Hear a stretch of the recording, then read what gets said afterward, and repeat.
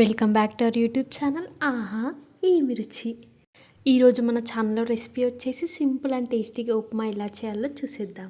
First ప్యాన్లో 2 table spoon వరకు oil వేసుకోండి. ఆయిల్లో మినప్పప్పు, శనగపప్పు, జీలకర్ర అండ్ కొంచెం కరివేపాకు, ఒక ఎండుమిర్చి, కట్ చేసి పెట్టుకున్న ఒక ఆనియన్, పచ్చిమిర్చి అండ్ ఒక టొమాటో వేసి మొత్తం కూడా ఒకసారి బాగా కలపండి. టేస్ట్కి సరిపడ ఉప్పు కూడా వేసి మీడియం ఫ్లేమ్లో పెట్టి బాగా ఫ్రై చేసుకోండి. ఇప్పుడు దీంట్లోకి మీరు ఏ గ్లాస్తో అయితే రవ్వ తీసుకుంటారో అదే గ్లాస్తో 2 గ్లాసెస్ వరకు వాటర్ వేసి ఇలా వాటర్ బాగా మరలించుకోవాలి. రవ్వ వేసే ముందు సాల్ట్ అయ్యిందో లేదో ఒకసారి చెక్ చేసుకోండి. ఒకవేళ కాకపోతే సాల్ట్ యాడ్ చేసుకోండి. ఇప్పుడు దీంట్లోకి రవ్వ వేసుకుంటూ బాగా మిక్స్ చేసుకోండి. ఇలా బాగా కలుపుతూ మీడియం ఫ్లేమ్లో పెట్టి బాగా ఉడికించుకోవాలి.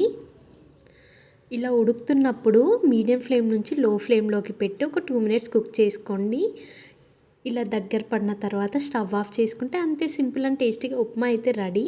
అండ్ మీరు ట్రై చేస్తే డెఫినెట్గా కామెంట్ చేయండి టేస్ట్ ఎలా ఉందో.